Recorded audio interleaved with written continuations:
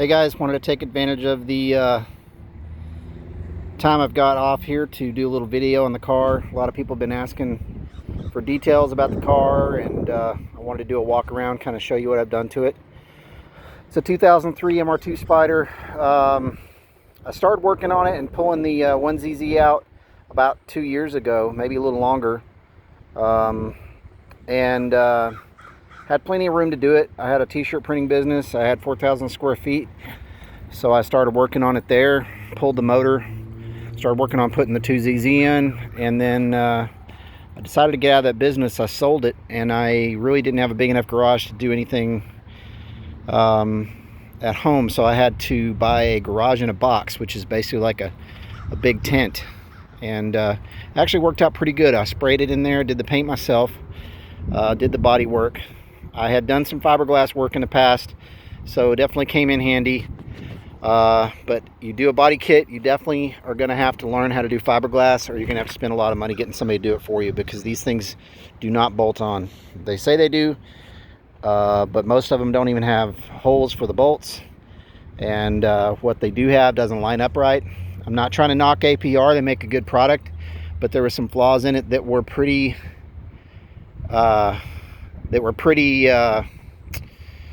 pretty irritating. There was one back here that the fender was about 1.5 inches too low. I had to fix that.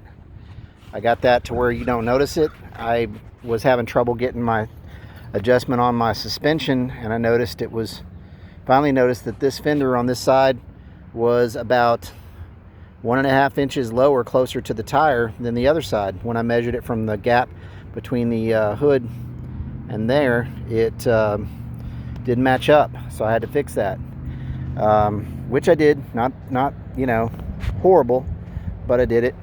Some things I just decided to change. As you can see on the back of the car, I wanted to have the exhaust come out here, and that's originally the plan, was to put these Acropovic or whatever they're called, carbon fiber tips coming out the back here. I was going to do them upside down, so the angle was going to be flush like that, but kind of proved to be too much of a pain in the butt, so I just decided to go ahead and go beside the license plate there.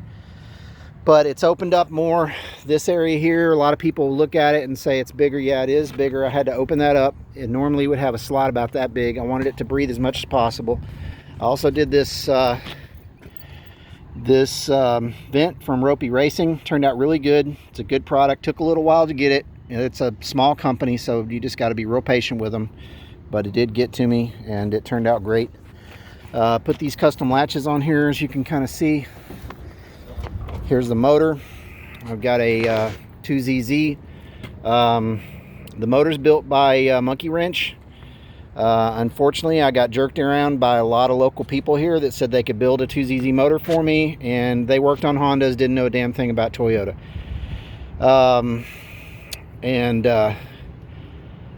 The guy had my motor for about a year. The place was called Fast Turbo in Hazlitt.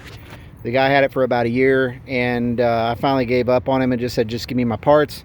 Went to pick it up, found out the block was not even good. The reason the block was no good is because I did a trade for a motor from a friend of mine, ex-friend of mine named Eric. I did a website for him, online store. Turned out real nice. Did it for him. He was going to give me a motor because he worked at LKQ. And he gave me 2 blown motors, apparently. So I ended up having to get a motor from Monkey Wrench. They got me a good block, took what they could off of the parts that I had, and built this one. It's 285 horsepower. It does have a Garrett turbo on there.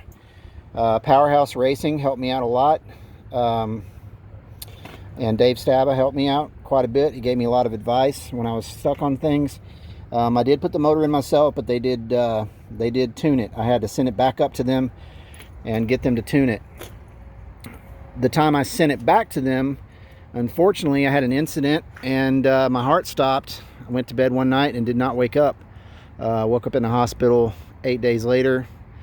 I was in a coma, and could not remember where I sent the car. Thank God we finally, about a week later, found a receipt for a shipping company, and it was shipped to Detroit to Monkey Ranch. Called them and they said, yeah, we got your car, no worries, we're working on it.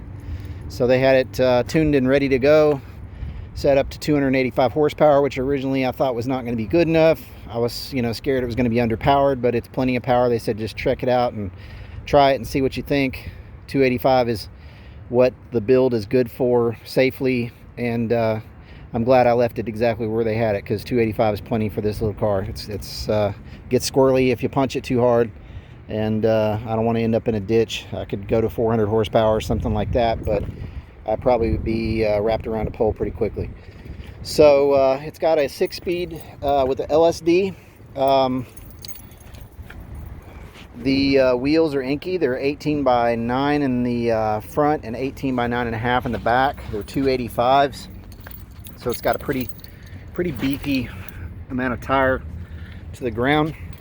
And that's originally why I started the body kit, because I just wasn't happy with all the little skinny 10-speed wheels that you can put on these cars stock. I wanted something that would have a better stance. I went with a carbon fiber hood.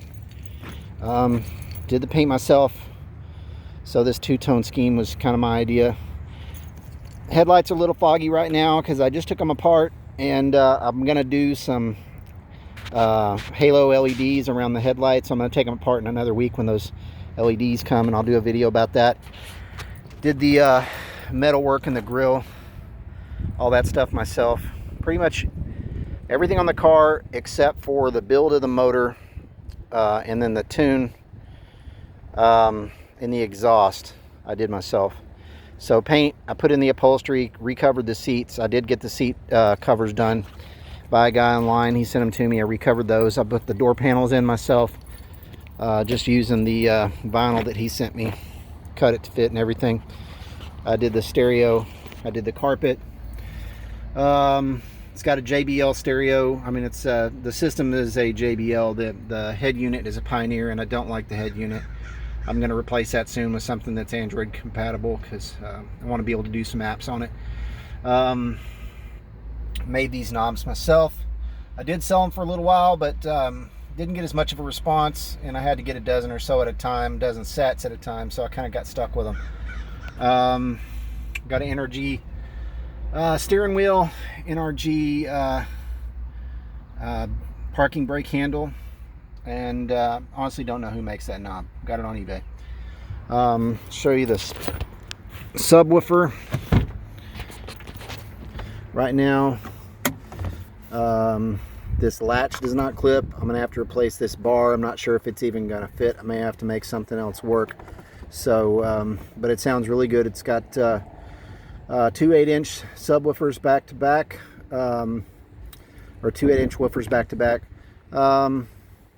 Sounds really clear, but I've got to get that latch figured out, some way to get that to clip. And to put the new top on, with a lot of help from the guys on the MR2 Spyder page. I can't say enough about all the people there. If you have a question about these cars and you're stuck on something, just post it. Within 5 minutes, you're going to have 10 people giving you great advice on it and telling you what to do. It's an amazing resource for people who are into these cars, and definitely would not be able to do this car without all the help from these guys. It would have cost me thousands more in taking it places and getting stuff sorted out. It wouldn't have been for all the advice I got from Dave and Seeley, and a lot of the guys on there have even taken the time to, do video chats with me and walk me through some issues and stuff like that, especially on the roof. When I was replacing that top, it was a complete pain in the butt. Yeah, if you guys have any questions about it or want any advice on doing your own modifications, I've got a lot of friends on there that'd be glad to help you out, and really am happy with the way this turned out, and I'm glad I'm still around to enjoy it and take my kids and my granddaughter and my wife on drives in it, because they all love the car. They're glad it turned out as nice as it did. So hope you enjoy it.